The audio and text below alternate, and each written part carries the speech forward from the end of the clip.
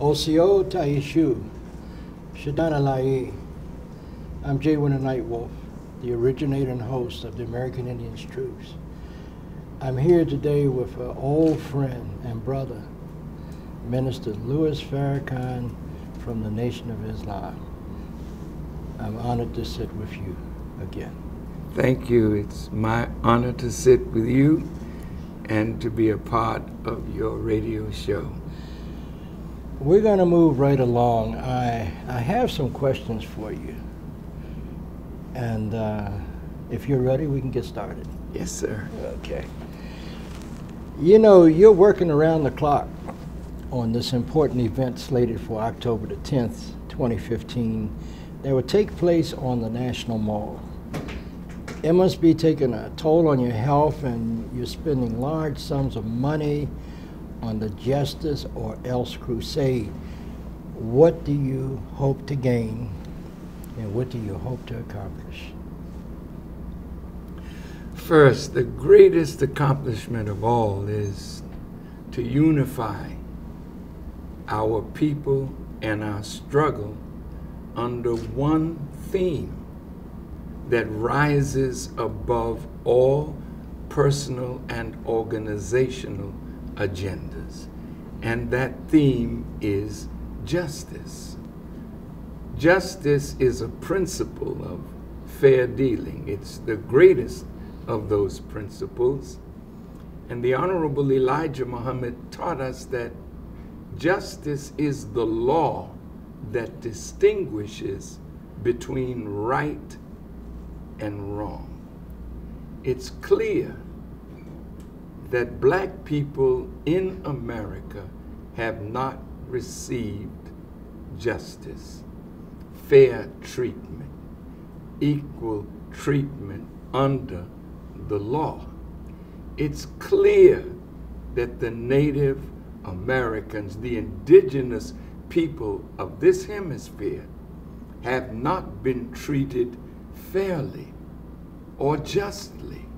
It is clear again that our Latino family has not been treated fairly, justly.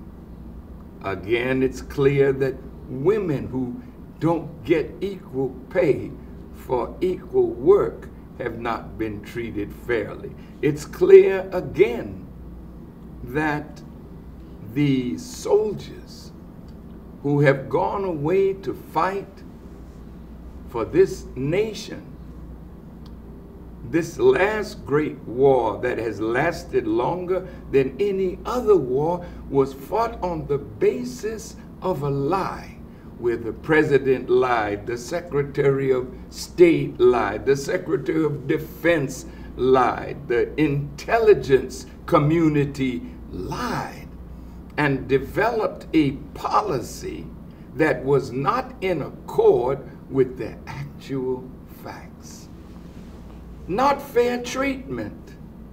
So when you look at all those who have a gripe and no real avenue for the redress of their grievances, what greater thing than for all of us to unite and form a great brotherhood seeking justice. Now, I know that you have made considerable donations to the Haitian relief effort following that devastating earthquake, including a water purification system. Do you have any comment about the ethnic cleansing of Haitians from the neighboring Dominican Republic? As you know, the Nepalese members of the United Nations Armed Forces, who were the victims of cholera in their own country, brought cholera to Haiti by pouring their defecation and other things into the river that flowed down into the capital of Haiti, poisoning the water supply.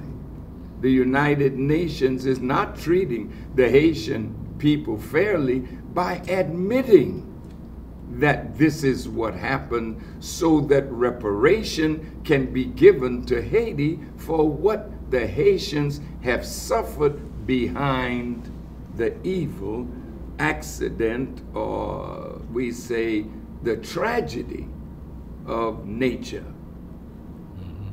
So we invested in a water purifying system that could cleanse that water, and we thank God that we were able to give it to our brothers and sisters in Haiti, but they needed so much more. Now the Haitians are suffering between themselves and our brothers and sisters and their brothers and sisters in the Dominican Republic, who don't see the Haitians as their brothers and their sisters. This is the product of white supremacy at its worst.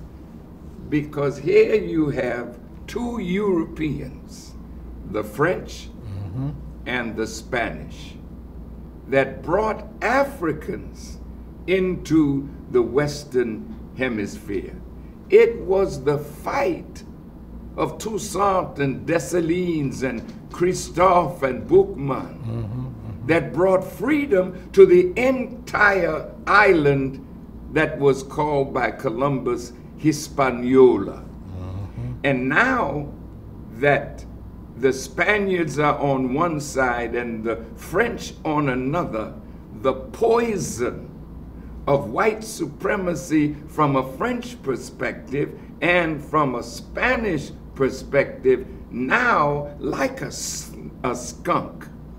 You know, when a skunk urinates on you, you have to really wash and clean to get the scent of the skunk off of you. And when the skunk is killed, there's a stench that lingers long after the skunk is gone. The French are gone, the Spaniards are gone, but the skunks that have poisoned the bloodstream of black and brown people, they created a brown people by intermixing their blood in the African blood, and then imposed on them Spanish language, French language on one side, Spanish culture, French culture, the hatreds that exist between France and Spain imposed on the people. And now the Brown family, made that way by the white man putting his blood into Africans and telling the lighter that you're better than your black brother, though there wouldn't be a brown man if there were no black man. We are the father of it all. So if you cannot honor and respect your own father and hate him after he got you your freedom, and then the United Nations will not sanction the Dominican Republic to force more equity and justice. This, if it continues, will lead to a terrible condition of strife. And I have brothers that are Dominicans, and I love them greatly, and I have Haitian family brothers that I love greatly, but the ignorance of the roots of their condition has to be exposed. And when you expose the root of a tree to the light, then that tree dies. The tree of white supremacy, its roots have to be exposed, that that tree may die, that we may live regardless of race, creed, or color, in peace and brotherhood with each other. And the stench remains. And the stench remains. I would like to turn your attention to issues closer to home.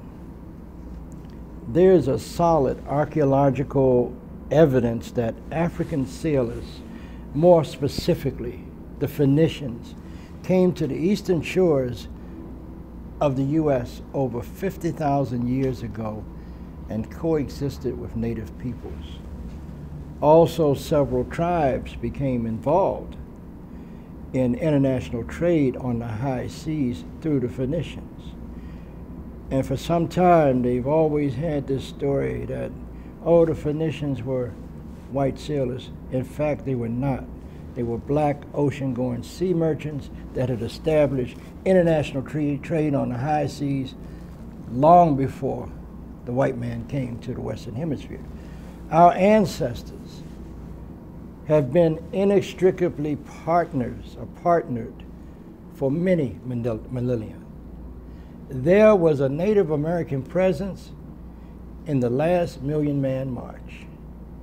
Since then, what has been the status of the relationships and alliances between our peoples?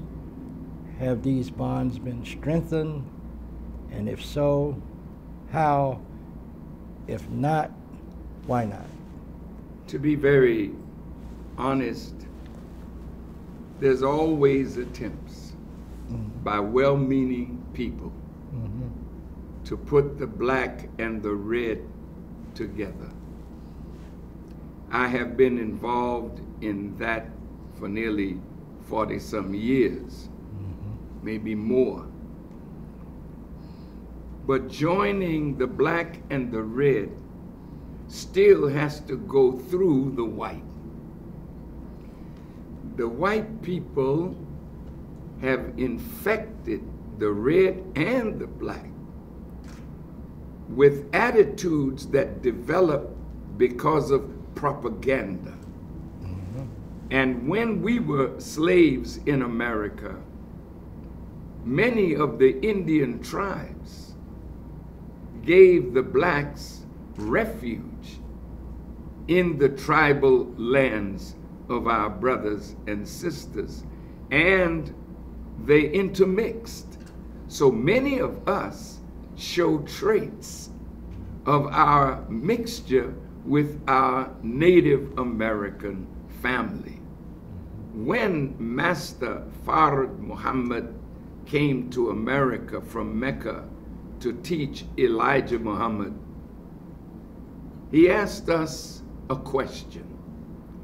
And that question became part of a student enrollment. You couldn't even become a follower unless you recited the student enrollment. And these were called the rules of Islam, meaning that these were guiding principles of action. And the first question was, who is the original man? Well, some of us have never heard a question like that, so he gave us the answer. The answer is, the original man is the Asiatic black man, the maker, the owner, the cream of the planet Earth, the God of the universe. Now, many of the native people that you see today don't look like the native people that the Phoenicians found here 50,000 years ago. They were much darker complected. But any time the enemy conquers us as males of a tribe or a nation or a people, the prize, the booty is our women. So they come among us, they mix their blood among us, and as we get lighter, we come under their sway. So just as it was in the Dominican Republic and under the French in Haiti, so it is in the Americas with our native family. The native family told stories about us, and we were told stories about them. So we got to get through all of the propaganda, all of the lies, to build trust with each other. We've made some very good attempts, but the Honorable Elijah Muhammad, in those rules of Islam, asked us the question, what is the population of the original nation in the wilderness of North America and all over the planet Earth? And the answer at that time in 1930 was 17 million with the 2 million Indians, making a total of 19 million in the wilderness of North America, 4,400,000,000 all over the planet Earth. You are, as a native people, an indigenous people. When the Phoenicians came, you say 50,000 years ago, a white man wasn't on the planet then. So it was easy for us to intermingle with one another because we are blood of each other's blood and bone of each other's bone. But now, when we look at our native family, my God, you are powerful. My God, the native family is rich, but so are we. We are poor individually, but this year alone, our economy, they say, we will have $1.3 trillion coming through our hands. But we are consumers, and so are our Native American brothers and sisters.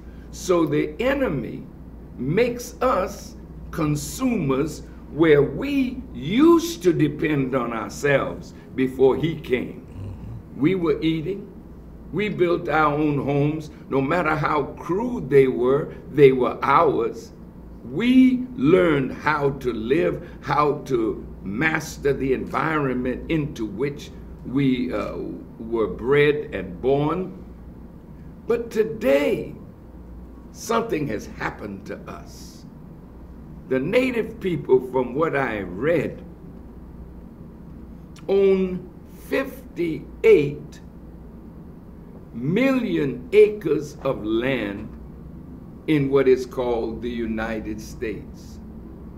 We have over 300, some say over 500 tribes, 58 million acres of land. 3.1 million acres of that land is arable, productive land. And nearly 40% of that is in trust. I don't understand that. 58 million acres, and much of it is in trust to the United States government. Do you know what that word trust means? What does that mean? They hold on to the land and apportion it to our native family as they please? Is that what that means? I can enlighten. Please. I can give you some information on that. It appears as though 150 years ago, when we were under constant physical attack, genocidal practices, that once we became, quote unquote, in their eyes, civilized enough to talk to, they told us that we will take your lands and you entrust them in us, and we'll watch out for you. And that was a trick. There were over 627 treaties signed between my people and the United States government that they've never lived up to. They have not kept one treaty in the entirety of the 150 years that they've been here. There were 1,200 original tribes, governments here in North America before they got here. We had a centralized government 30 miles east of East St. Louis called Cahokia. We would send our representatives from all 1,200 nations every year to sit in conference with each other. They did not have democracy. They did not know what democracy was until they came here and saw what we were doing. Their United States Constitution is not theirs. The Iroquois Confederacy from up in New York, 6 nations, they had the Great Law of Peace. And if you go to your computer and print out the Great Law of Peace and print out the U.S. Constitution and look at them, the parallels are so close. Benjamin Franklin and his thuggish friends befriended the Iroquois Confederacy and tricked them into taking the U.S. Constitution from the Iroquois Confederacy's Great Law of Peace. Our Great Law of Peace taught us how to live with each other, taught us how to love each other, taught us how to take care of each other, taught us how to treat our elders, taught us how to raise our children. And they stole all of that and incorporated it in that doctrine that George W. Bush considered as a GD piece of paper. And this is how they got their Constitution. They took it from us, brother. Thank you so much, brother, for sharing that with us. Because we're dealing with a people that broke every treaty with the native people and told every lie and made every promise to us, none of which has been fulfilled. And if you go down to Haiti or the Dominican Republic or into Central and South America, he's done the same thing. So today, why should we trust a liar? Why should we trust a deceiver and allow that deceiver to come between us? So in those days, we could communicate with each other and we knew how to treat each other as we should be treated. We don't call that religion. We call that the nature of God that is in each one of us. We don't need a book. If we live what is in ourselves, we will live according to the law of justice. So here we are, my dear brother. Under Indian lands, according to what I read, the wealth is $1.5 trillion in material wealth that is under the ground. I visited Navajo land, the Navajo Nation, and I was amazed at what was under the land, but how much of it was being leased or extracted by non-Indians. So for me, my dear brother, the future is really ours. We are already on the last reserves of mineral strength in America. It's on Indian lands. Let me tell you something. I'm working with the Apaches, and I'm working with the Navajos on some issues. They're coming to Washington, D.C. on the 21st, 22nd of this month to protest, to go to Capitol Hill, and hopefully give them help. But John McCain, Senator John McCain from Arizona, a few months ago, tried to give away the mineral rights to a British and Australian-owned Copper Mining Company. The Tonto National Forest is in Arizona. Right. And right in that conclave of land is where Apaches were slaughtered back in the 1800s. This is where the Apaches go once a month to do their spiritual and ceremonial praises and getting together as a people to bring them closer together spiritually. John McCain attempted to sell that land to Resolution Copper Mining Company. However, one of our Spanish-speaking Indian brothers, who just happens to be a representative from the state of Arizona, Raul Grijalva, got his hands in the middle of it and introduced a bill and took the legs out of right from under John McCain. This is what we deal with. We have so much to give, but so much that is in control of those that continue to oppress us, to oppress our black brothers and sisters, to oppress our yellow brothers and sisters, to oppress the poor whites. This is what we deal with. And if we do not stay on top of what they do and their tactics, they will continue to take. All throughout Indian country, Mr. Minister, in South Dakota, there are so many open pit uranium mines that they just left. The aquifers are poisoned. The people on Pine Ridge can't drink the water. They have to go out and buy water.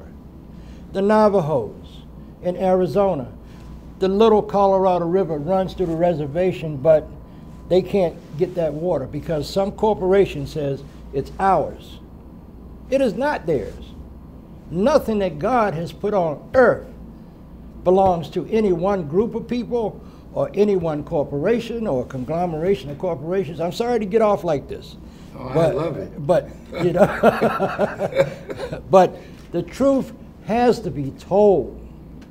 And as long as we don't give the facts and tell the truth about what's going on, then we're doomed for destruction. We're doomed for destruction as an American Indian people, as black people, as the whole entire human family. All the more reason why our unity and our bond of brotherly love with each other will give us the strength to overturn and force the land back into our hands. Break the leases that are sucking the lifeblood of the Native American people. We can't do it as long as you are where you are, we are where we are, and the tribes are not forming that great bond so that when they come to Washington on the 24th or the 22nd and petition, the government sits back and listens and say, yes, yes, yes. Away with you, because you don't have the power to make us do right. The Honorable Elijah Muhammad said to us, even the devil will do good under the gun, but you gotta have it. And the gun that I'm talking about is not a pistol, but firing the cannon of our unity. They cannot, listen to me good, they cannot keep hold of that when we are united.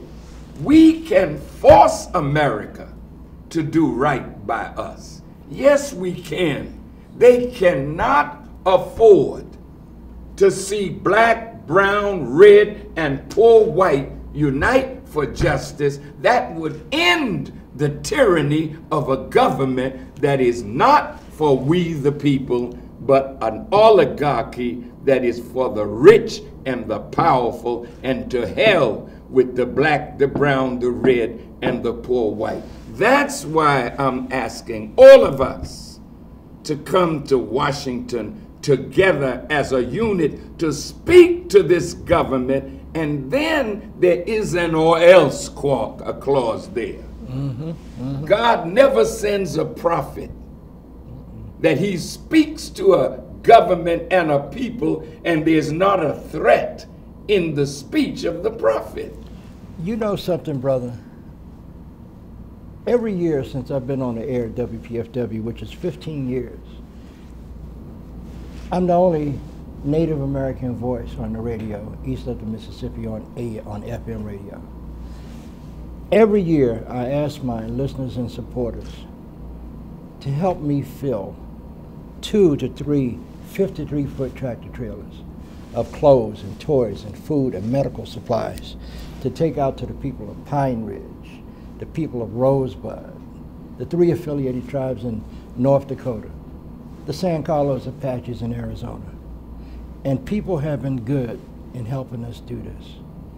But you know, I'm hearing what you're saying, and it makes sense that if we were united, then we could eliminate poverty within our own communities. That's correct. If we were united, then we could stop the defamation of Mother Earth. If we were united, we could stop pollution in our waters. If we were united, we could bring an end to the pollution that comes from coal and digging for oil. If we were united, then we would be able to find the answers that our ancestors had, mine and yours, thousands of years ago, when God told us that we are the caretakers of the earth. We could find the way back to natural living through solar energy that's free, through energy from the water that's free. But as long as there's not a $ tag on it, they're not interested. And they don't care about the people. That's why, my dear brother, when you say if we were united, in whose interest is our division? It's in their interest. Because as long as we are not united, they can continue to do as they've been doing, and John McCain and the McCains of this country will continue to rob the Indians of the value of their land, keep us divided, keep us poor. That is their tactic. That's their goal. Now, if we know that, and we do know it, then it is in our best interest to knock down every artificial barrier that keeps us from that power that comes from our unity. And we don't have to send 3 trucks of supplies to Rosebud or to Pine Ridge. If we are united, the land that is under our feet that we have control over, we can feed, clothe, shelter, produce jobs, because it's all in the land. So some of my brothers used to say, free the land. And if the land and much of it is in trust, we need to free the land. And we can do it if we are united and, wait a minute, and we are willing to not talk about it, but be willing to pay the price to free the land. There is no freedom without the shedding of blood. I'm sorry to have to say that. Nonviolence is not going to bring the land back to us. Our unity will keep us from having to fire a shot. But if we are not united, the only way we're going to get what belongs to us is to make up our minds either to live to get it or die trying to get it. And when you are willing and not afraid anymore to pay the price for freedom, don't let this white man tell you that violence is wrong. Every damn thing that he got it by being violent. killing people, raping and robbing and murdering. He's doing it as we speak. And then he has the nerve to come and tell us that violence and hatred won't get it. Don't buy that. He's worthy to be hated. Worthy because of the evil that he does. God hates. I don't know why man think you're better than God when God in the Bible said he loved Jacob, but he hated Esau. In the Bible, he said no man can serve two masters. He'll love one and hate the other. They have made us little sheep that they can walk over and run over. But when we decide it's over, and we should make that decision, it's over. We're not taking it anymore, and we cannot pass on to another generation the legacy of our cowardice when we know the problem and won't move to erase the problem. That's our fault. We got to change. See, one of the things that our ancient people knew, yours and mine, when it got to the point where they would be extinguished, they had to fight. Even if they lost, they had to fight. So the great warrior spirit came up out of us. Same with the blacks, same in Haiti, same in Central and South America, the Maroons. All of those came to a position where they had to fight. In that church, when 9 of our brothers and sisters were shot down by a skunk,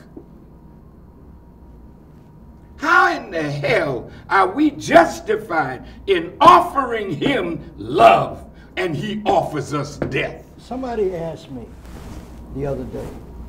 Excuse me for my passion. That's brother. okay. They asked me, can you forgive him? And I looked at him, I said, no, I cannot forgive him because he knew what he was doing. He was cold and calculated, and he was just fostering the same hate. Who asked you that question, brother? Did he look like us? Yeah. Yeah, he's one of them. Yeah, I know. How in the hell? I mean, it's an insult to me It is an insult. that you're going to ask me, can you forgive? How long have white people been doing this kind of evil to the darker people in the earth? So how long Since do we have to they've been continue? here. And when we make up our mind, we're not taking it no more. Because it's better to be dead than to live under tyranny all the days of your life. This is why America separated from England. The tyranny of King George was too much for them to bear. So what did they do? They decided death is better. So it was Patrick Henry that said, give me liberty or give me death. And until we come up with that kind of mind, I'd rather be dead than to live continuously under this kind of tyranny. And when you think like that, you'll do what is necessary to move the tyrant off of you. With the help of God, we will win if we fight. You Excuse have, me. no, you don't need to be excused. Damn, you know, when I think about us Yeah. and what we've been through, and you and I are getting up in age. So tomorrow, God willing, I'm going to talk to the youth of 90 tribes. 90 tribes, youth from 14 to 22. What is their future? What kind of future will we give to them if all we can give to them is what we once had, what we once did, how we once lived, and today we're living under tyranny and oppression? No, we have to give our children a future, and the future is in the land, but the land is in trust. The hell it is. We can break that trust. But it's going to take unity to do it. And Believe me. Speaking on that point of unity, a year and a half, a little over almost a year and a half ago, because of all the thousands of people that I've met over my years, conversations with people that look like African American people. And when you really get down to the nit and the grit of it and ask them, what's your ancestry? Oh, my grandma was a Cherokee, or my great-great-grandfather was, I think he was a Seminole. And because of the stolen heritage of American Indians with black blood and black people with Indian blood, I felt that it was time to bring about a new organization that we call NCBAI, the National Congress of Black American People, Indians. And when I made the announcement, in 6 months, there were carloads of people from California, Oklahoma, Nebraska, people that came out of the Wampanoag people in Massachusetts, people from busloads of people from Atlanta. They all converged upon Washington, D.C. at this little church that only seat maybe 2,000 people. The aisles were packed. They were outside all around the block. And I asked them, why did you come? Because I had to see my family. And I said, what family? I'm black and I'm Indian. And I have never been to anything where black Indians or Indians with black blood came together under one roof. This was the first time in the history of this republic that black folks with Indian blood and Indian folks with black blood were able to come together as a people and not feel ridiculed, marginalized, or subjugated because they stood up and told the world who they are.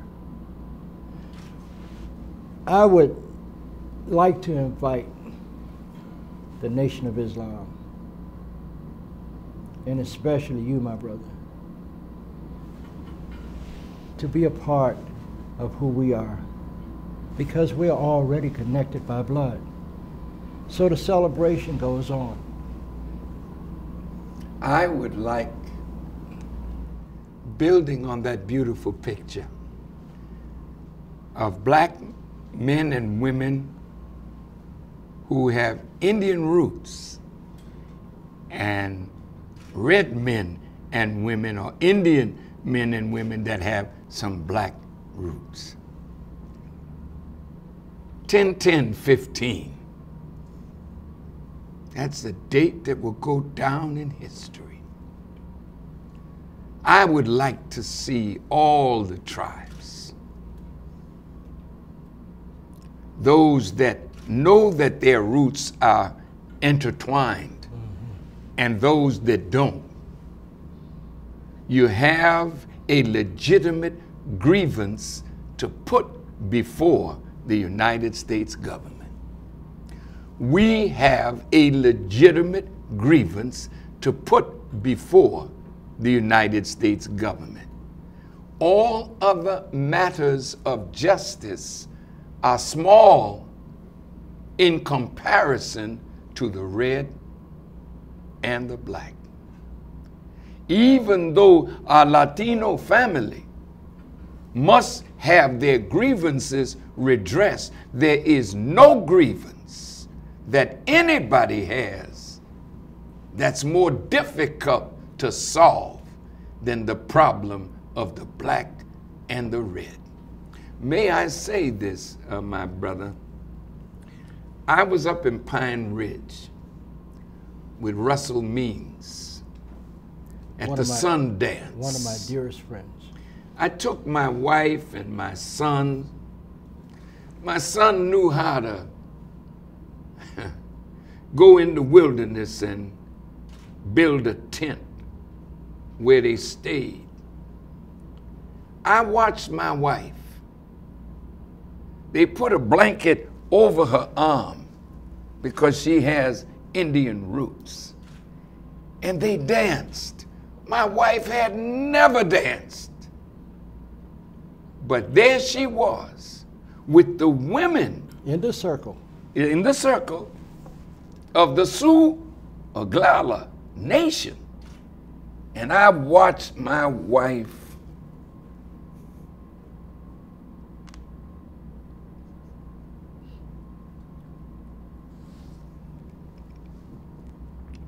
reach down in her roots, and you could not tell that she was not one of the Oglala Sioux women as she danced with them.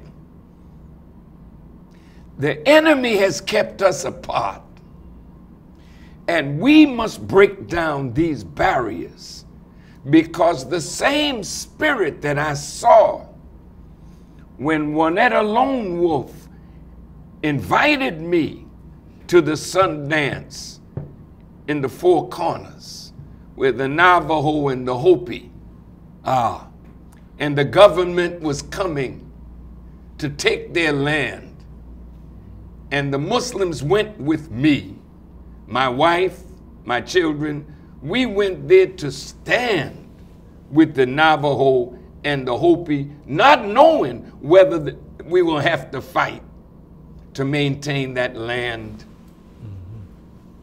God blessed us. We didn't have to fight, but we went there to be with our brothers and sisters in a time of trouble.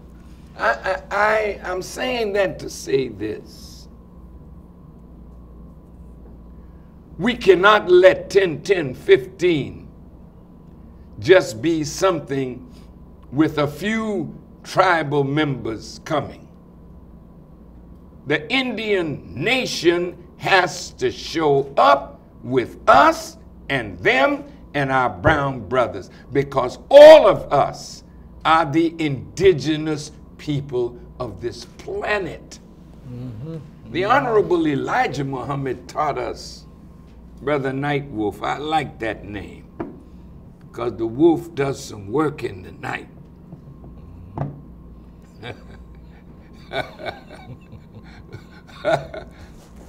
Poor cattle ranchers and others, they're afraid of the night wolf because he's gonna eat.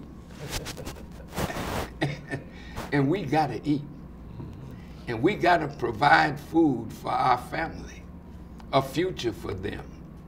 And we can't be afraid to step up to what is demanded of us by God, to defend the life that He gave us and to pass on to our children a better life, even on our death. You know what, brother? If you were to walk into any mosque in America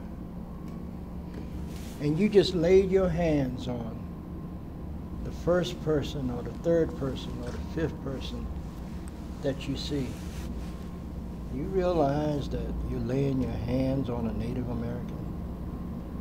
I believe there were only 8% of the slaves that came to America. So how is it that there are so many more people that they claim are black or African American? I think they got the numbers wrong, because a lot of Native Americans are the ones that they're counting as black folks too. Well, we're really one. Yeah. We're not going to let them count this is Native American, this is black. Yeah. Hell no. We are the original people of the earth. I remember a few years ago I was in Africa, and the Pope, I think it's John Paul, was pleading to the Africans to forgive the church for the evil that the church had done to the indigenous people. So while I was in Africa, he was saying that we should forgive. I put a message out to the Pope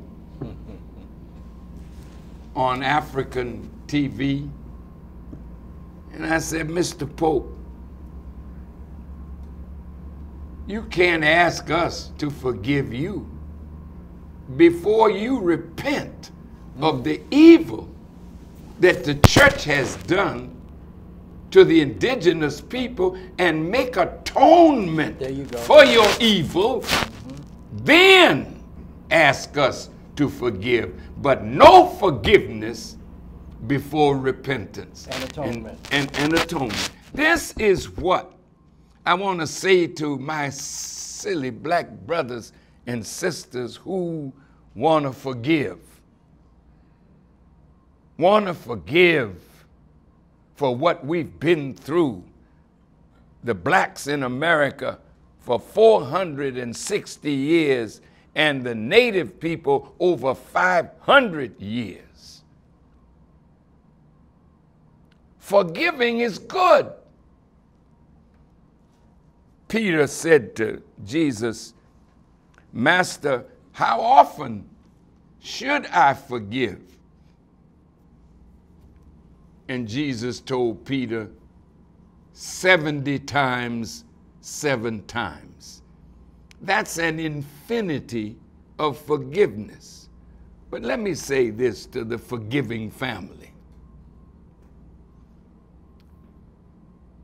Jesus was not saying forgive Satan. Satan was born to do evil. There's no forgiveness for him. There's destruction for him. It is you and I who have been made other than ourselves because of being under them. They bred their evil nature into us. So I'm looking at a red man, but I might be looking at my enemy parading as a Native American. Don't lie to yourself. You've been made white under your red skin, like we have been made white under our black skin. So you don't know what the hell you're dealing with when you deal with us, because one day we act like we are the real Native American, the real black man, the real Mexican, and then out of our mouth will come a satanic expression. Greed and lust.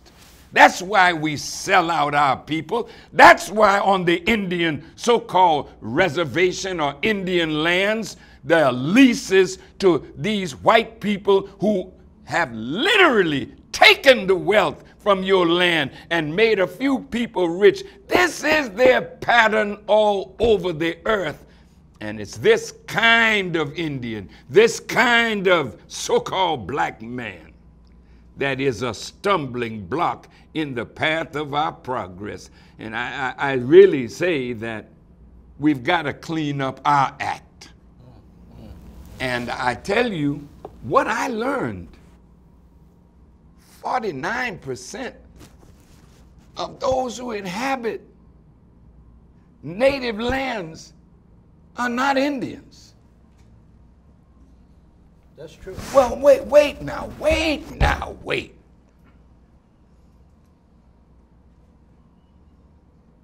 How did they get everything from you and you have nothing? They come in posing as a friend. That's how they got Texas. They came in little by little. Then the next thing you know, they wanted to bring slavery into Texas, and the original Mexican would not have it. War broke out, and they took Texas. They took Arizona. They took New Mexico. They took California.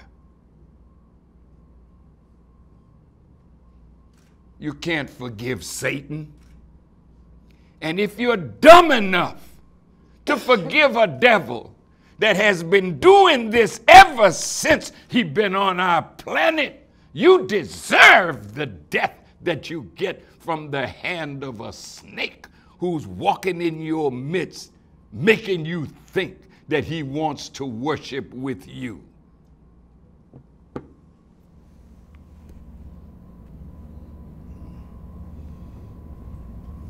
I know. I know. I tell you, brothers and sisters, I'm full. I can't help myself. It's okay. I'm an old man now, 82, and I don't have no time to play with truth or to be diplomatic. To hell with you diplomats and your foolish diplomacy. Speak straight words, because those are the words that will bring about a change, not this delicate language. I want to be politically correct. How in the hell can you be politically correct when you're blind, deaf, and dumb and destroyed by your enemy? To hell with you and your political correctness. Be a man, be a woman, and speak the truth, and then die on that truth if it comes to that. Stand up. And we won't have to have these kind of radio broadcasts in the future. We'll be sitting down talking about what we have done, what we have built, what we have given to our children rather than what they are doing to us. They'll continue to do it until we say, never again, and mean it. And how much we love each other. That's what we will be talking about. Yes. I'm Jay Winter Nightwolf, and this is the American Indians Truth, the most dangerous show on radio, 89.3 FM. I'm sitting here today. I am honored to see my old friend and my brother, Minister Louis Farrakhan, and we're having a very candid, open discussion about the truth, about what's really going on in America as far as the Native American, the Black American, the Yellow American, the poor white American, the truth. And this is probably a once-in-a-lifetime opportunity, and I'm very happy to be sitting in front of you, looking in your eyes, talking to you. My grandfather used to always tell me that you always look a man in his eyes, because the pathway to the heart is through the eyes. That's right. And if you look away, you better be aware of that man that will not look you in your eyes. I want to ask you something, Brother Minister. You met with President Barack Obama when he was a U.S. Senator on Capitol Hill. At a Congressional Black Caucus meeting in 2005. Now that he is the President of the United States and one of the most popular speakers before black groups, in fact, he addresses the NAACP convention next week in Philadelphia. Would you invite President Obama to address the Justice or Else rally in October? And will Native America have an opportunity to speak as well? Well, it's for the Native American. Okay. It's for the Mexican, the Latino. It's for us. Well, Moses, he might invite Pharaoh to come and have a word. I'll think deep about that. Because whenever they meet, they make sure I don't get an invitation. My NAACP brothers, my Urban League brothers, my African American organizational brothers, when they have their meetings, they don't invite me. And they don't invite me because if Barack Obama is going to be on the program, don't invite Farrakhan. So when somebody else is paying your bill, then they have a right to tell you who can speak and who can't, who can come and who can't. Mayor Johnny Ford out of Alabama told me when they had the 50th anniversary of the March on Washington, 80-some leaders were on the phone with our brother from the Urban League. Mm-hmm. who was chairing the telephone conference. Mayor Johnny Ford told me that he spoke. He raised my name and the name of the Nation of Islam. And he was very passionate that you can't have a meeting like that and the brothers of the nation not be involved. They're a part of us.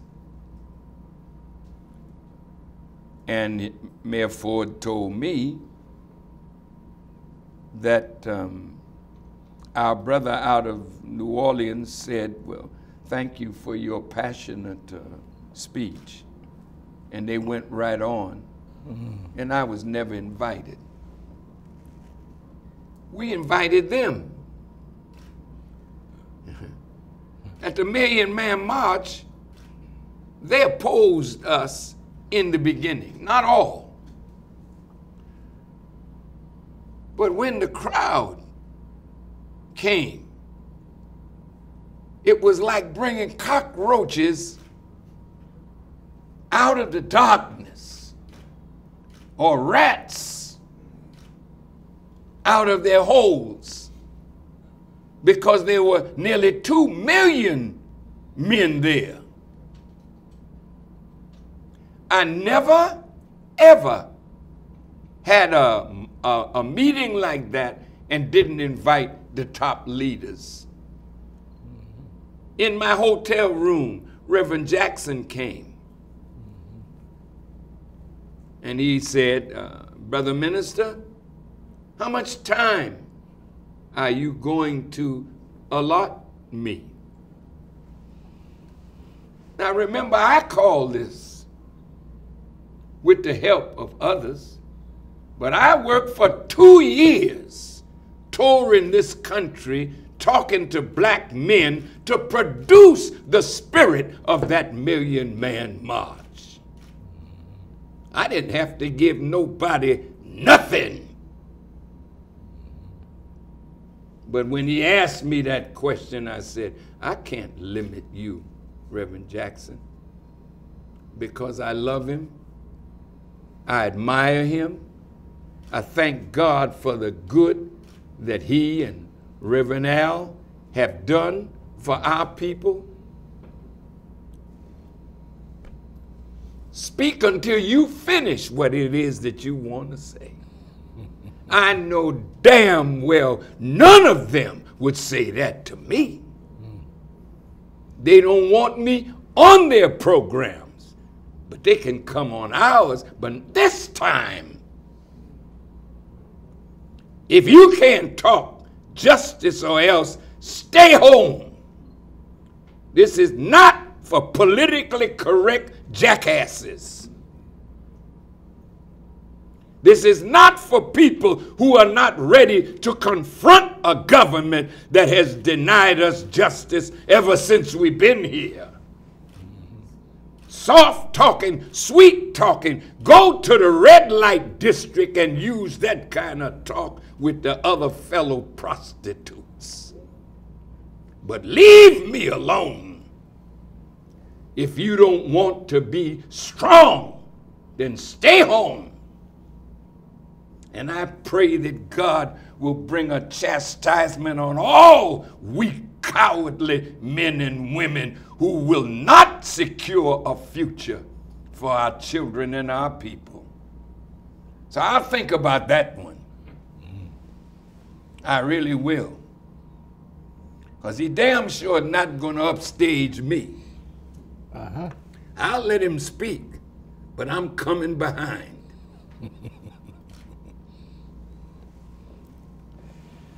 And you don't want to be in my presence BSing the people and I'm coming behind you. I hear you.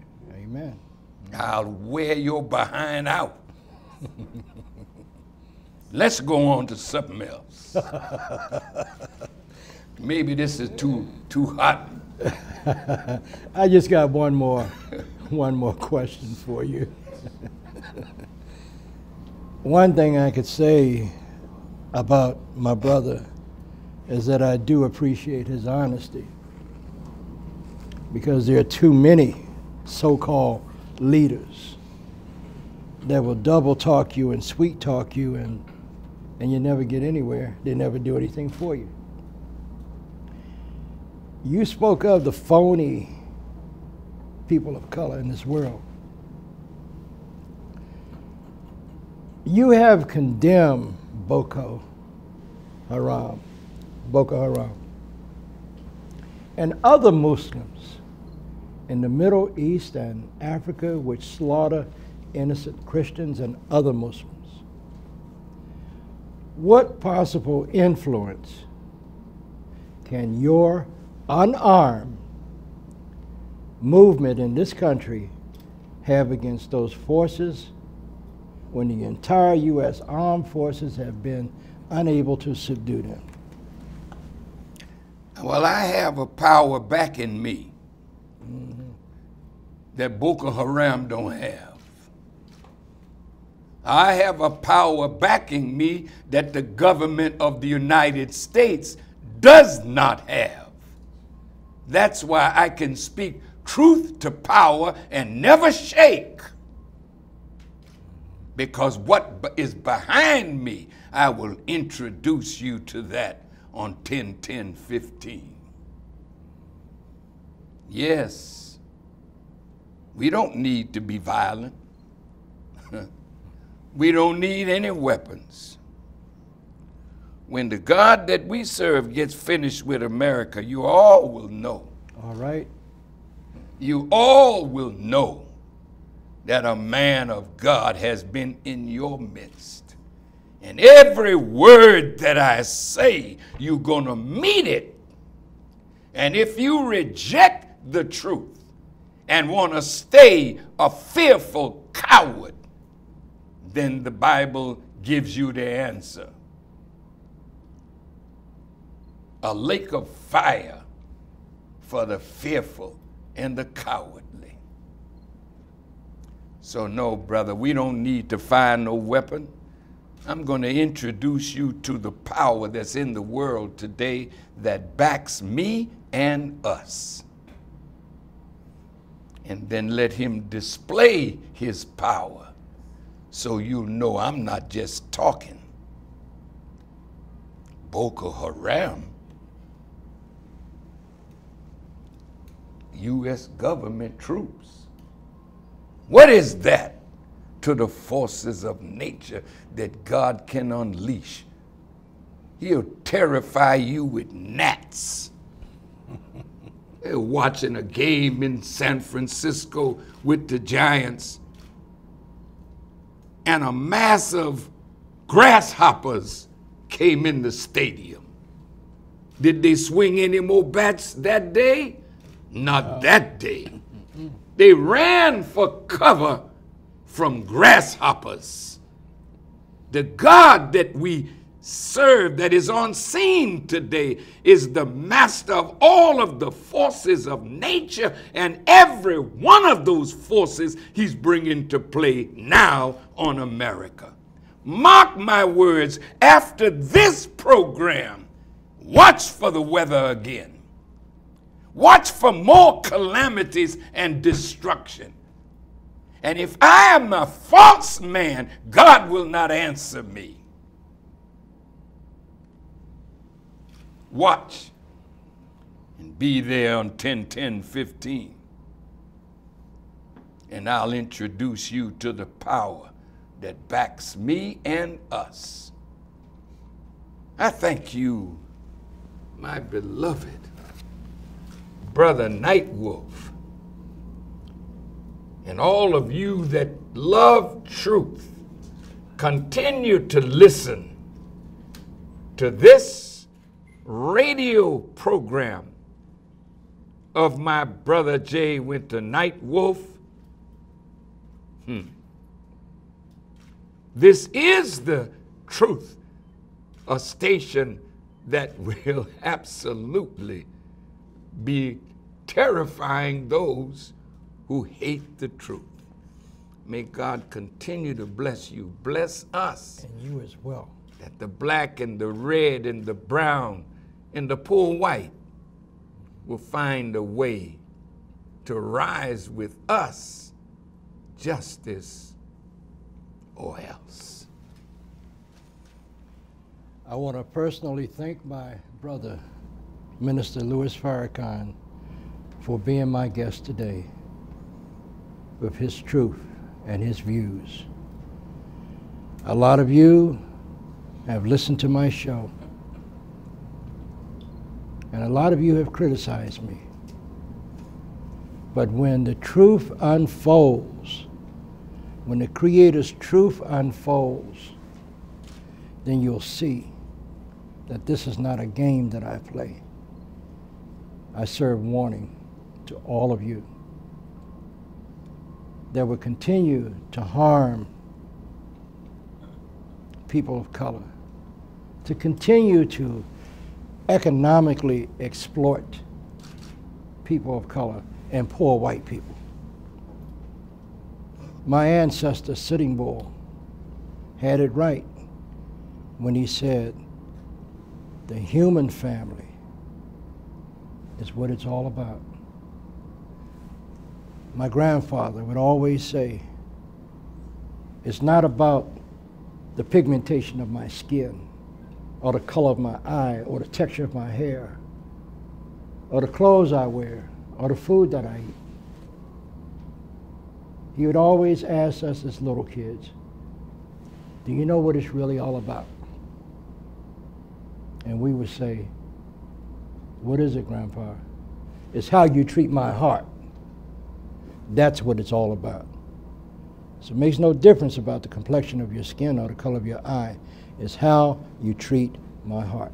Thank you so much, brother. Thank you. I am deeply honored. I as well. That's it for the Night Wolf Show. Danada, Goai, Wado. I love you all of you, even you that make it hard to love. I still love you. Peace and love. Talk to you next week. Thank you.